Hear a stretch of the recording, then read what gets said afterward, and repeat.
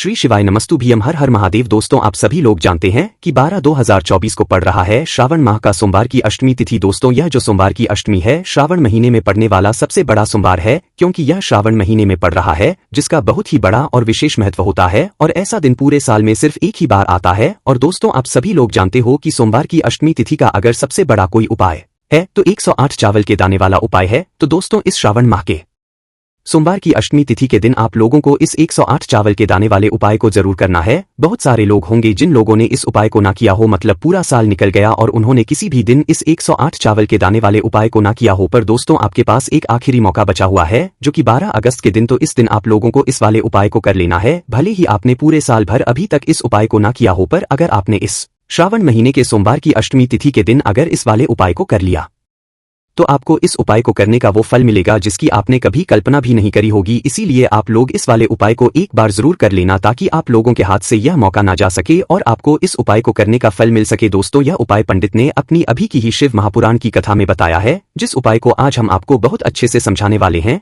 इस वीडियो को देखने के बाद इस उपाय को समझने के लिए आपको कोई और वीडियो को देखने की जरूरत नहीं पड़ेगी। तो चलिए दोस्तों उपाय को शुरू करते हैं। देखिए यह श्रावण महीने के सोमवार की अष्टमी तिथि के दिन यह इतना खास होता है, इतना महत्वपूर्ण होता है। देखा है कभी कभी बड़े बड़े पूजा पाठ अनुष्ठान से जो पूर्ण नहीं होते वो श्रावण महीने के दिन एक छोटे से उपाय करने से ही आपकी मनोकामना पूर्ण हो जाती है। और बहुत सारे लोगों ने इस उपाय को किया भी है और उनको इस उपाय को करने का फल भी जरूर मिला है। अगर आप लोग भी इस उपाय को करना चाहते हैं तो आप इस उपाय को पहले अच्छे से समझ लेना, सुन लेना, उसके बाद करना। आपको इस उपाय का फल जरूर मिलेगा और इस उपाय को कर लेने से आपके घर में चाहे किसी भी प्रकार की दुख और समस्या ना चल रही हो, आपको उसका कारण भी नहीं पता है कि भाई यह समस्या किस कारण से चल रही है, उसका कुछ भी कारण हो सकता है, जैसे पितृदोष हो सकता है या किसी भी तरह का मंगल दोष भी हो सकता है। तो इस दिन आप लोगों को यह वाला उपाय कर लेना है। यह एक ऐसा उपाय है जिस उपाय को अगर किसी विशेष दिन पर किया जाए तो भाई उस विशेष दिन का जो है वह तो हमें मिलता ही मिलता है, पर हमने उस दिन पर इस उपाय को किया है तो हमें से भी बड़ा फल मिलता है और फल बहुत जल्दी मिलता है, क्योंकि आप इस उपाय को बहुत ही बड़े और विशेष दिन पर कर रहे हो। तो चलिए अब उपाय के बारे में बात करते हैं, लेकिन उससे पहले आप लोगों को यह जानना आवश्यक है कि आखिर यह उपाय किस समय करना है, किसको करना है और कैसे करना है। तो चलिए हम आगे आपको वीडियो में एक एक करके बता देते हैं, इसीलिए इस वीडियो को बिना भगाए अंत तक देखिएगा ताकि इस उपाय को करने के बाद आपका भाग्य प्रबल हो जाए, आपके नवग्रह आपका साथ देना शुरू कर दें, आपके घर की बरकत हो, आपके घर की उन्नति हो और भगवान भोलेनाथ का आशीर्वाद हमेशा आप पर बना रहे।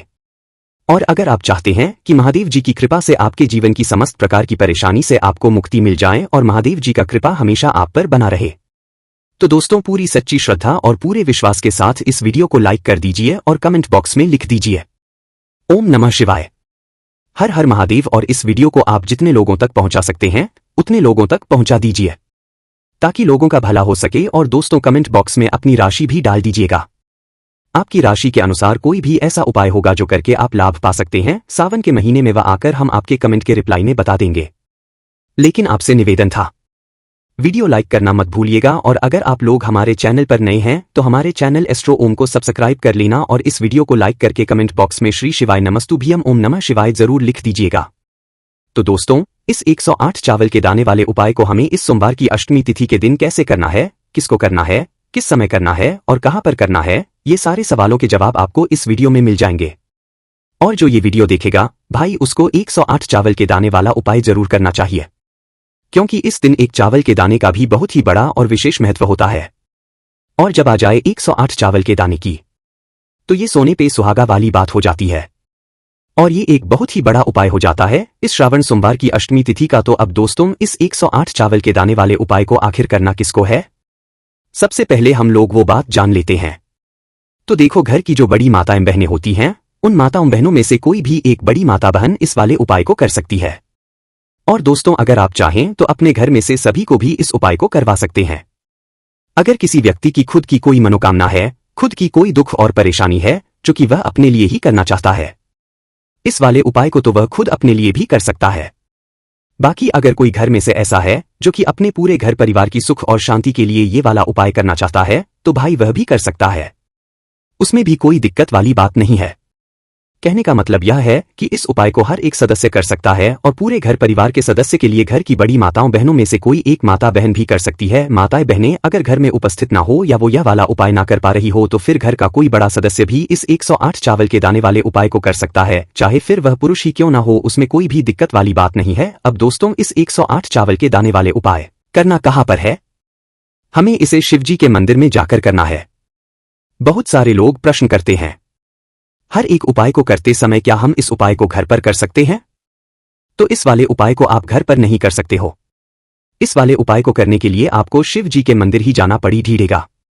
उसके बाद में दोस्तों जो अगला प्रश्न निकल कर आता है वो यह आता है इस उपाय को लेकर कि आखिर इस उपाय को हमें किस समय करना है, सुबह के समय है कि शाम के समय करना है? तो देखो, इस वाले उपाय को आप लोग सुबह के समय भी कर सकते हो और शाम के समय प्रदोष काल में भी कर सकते हो। अब अगर आप पूछो कि भाई सबसे उत्तम समय कौन सा रहेगा इस 108 चावल के दाने वाले उपाय को करने का, तो हम आपसे बस यही कहेंगे कि इस उपाय को आप सुबह के समय करेंगे तो ज्यादा बेहतर होगा। बाकी अगर प्रदोष काल शाम के समय भी करेंगे तो भी अच्छा होगा, उसमें कोई भी दिक्कत वाली बात नहीं। तो अब दोस्तों जो अगली सबसे बड़ी और महत्वपूर्ण बात आती है वो यह आती है कि सुबह अगर हम उपाय को करेंगे तो हमें कितने बजे से लेकर कितने बजे तक के बीच में करना है, और शाम के समय प्रदोष काल में करेंगे तो हमें कितने बजे से लेकर कितने बजे के बीच में करना है। तो देखो, सुबह जितनी जल्दी हो सके आप उपाय को करने की कोशिश करना। बाकी अगर किसी कारणवश लेट भी हो जाओ, देर भी हो जाए तो 10 या 11 बजे तक भी आप कर लेना, पर 12 बजे से ज्यादा देरी ना हो, ठीक है? इस बात का ध्यान रखना। उसके बाद में दोस्तों अगर शाम के समय प्रदोष काल की बात करें, प्रदोष काल का जो समय है होता है वो शाम के 6 बजे से शुरू हो जाता है। मतलब शाम के 6 बजे से लेकर 7 बजे के बीच का जो समय होता है ये समय प्रदोष काल का समय होता है। पर अभी जो मौसम चल रहा है इस मौसम में जो है शाम बहुत देरी से होती है, तो आप इस उपाय को 7 या 8 बजे के बीच में भी कर सकते हो। मतलब शाम है बजे से रात 8 बजे के बीच में आप कभी भी इस वाले उपाय को कर सकते हो, उसमें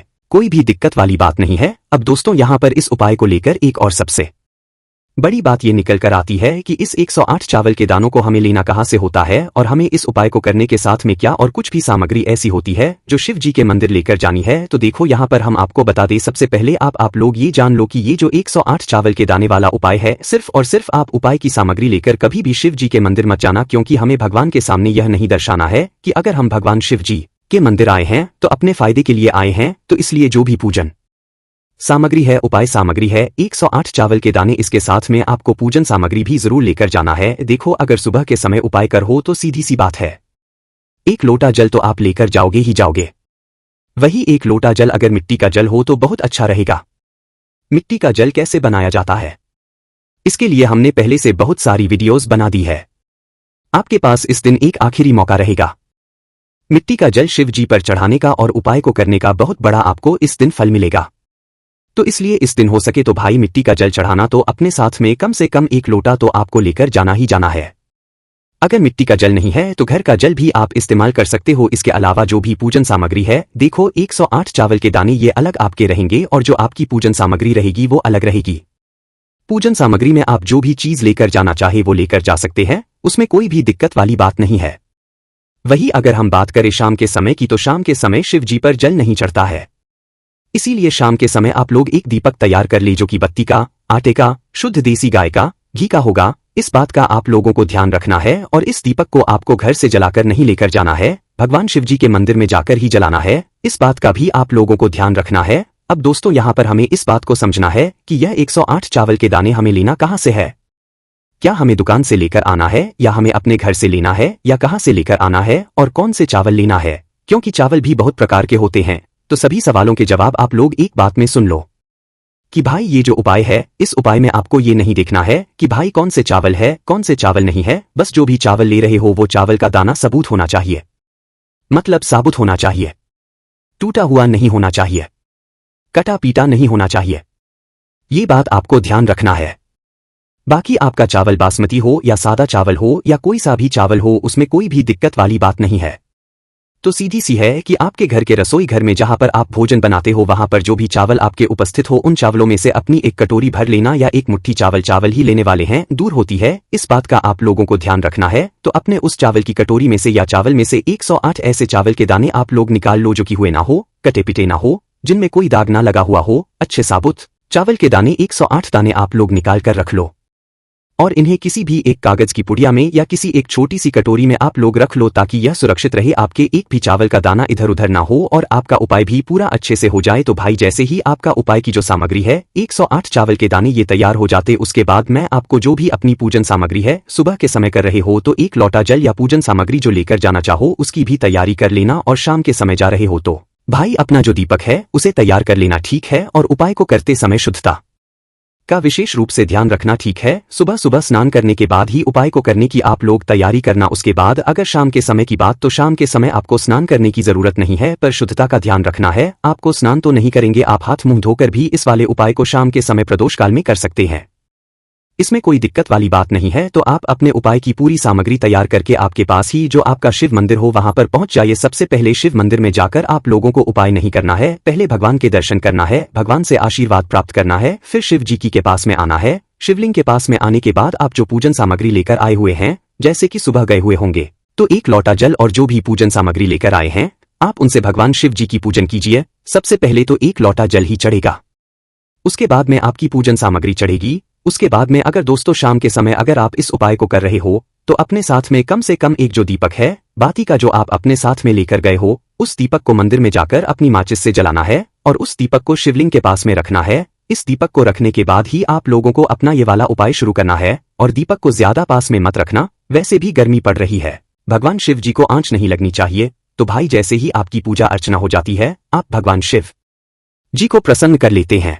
उसके बाद में शिवलिंग के पास ही में आप कहीं पर बैठ जाइए, सामने या आसपास जिस जगह पर आपको बैठना हो वहां पर बैठ जाइए और अपने वह 108 चावल के दाने अपने सामने निकाल कर रख लीजिए, क्योंकि अब यहाँ पर उपाय को यहाँ पर करने की आपको तैयारी करना है। और इस तरीके से जब आप उपाय करेंगे पूजन सामग्री करने के बाद, पूजन अर्चना करने के बाद, तो आपको उपाय का फल बहुत जल्दी और बहुत बड़ा होकर मिलेगा। तो अपने 100 चावल के दाने अपने सामने निकाल कर रख लेना, और यह जो उपाय है यह आपकी सीधे हाथ की हथेली से होगा, इसलिए इस बात का भी विशेष रूप से ध्यान रखना है। तो सीधे हाथ की हथेली का प्रयोग करके ही आप लोग अपना इस वाले उपाय को करना। अपने सामने जो भी आपके कागज की पुड़िया है उसको खोलकर रख लो, या कटोरी है तो भाई उसे अपने सामने रख लो और अपने वह 108 चावल के दाने निकाल लो, ठीक है। उसके बाद में दोस्तों अब आपको क्या करना कि शिवलिंग आपके सामने होगी, तो आपने वह 108 चावल के दाने एक एक करके आपको शिवजी के शिवलिंग के ऊपर चढ़ाना है। कहाँ पर चढ़ाना है? शिवलिंग के ऊपर चढ़ाना है, और कहीं पर भी नहीं चढ़ाना है, आपको अपने हथेली से तो शिवलिंग के ऊपर चढ़ाना है। भले ही फिर वो अपने आप जलाधारी पर गिर जाए या मतलब वहीं पर गिर जाए, उसमें कोई दिक्कत वाली बात नहीं है, पर आप चढ़ाओ शिवलिंग के ऊपर ही। तो आपको क्या करना है, अपना पहला चावल का दाना उठाना है, श्री बोलना है और शिवलिंग चढ़ा देना है।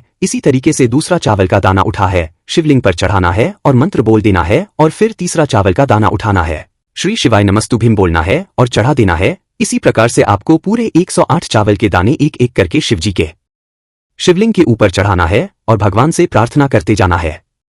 मतलब प्रार्थना तो आपको आखिरी में करना है, पर हर एक चावल के दाने को चढ़ाते समय श्री शिवाय नमस्तु जरूर बोलना है।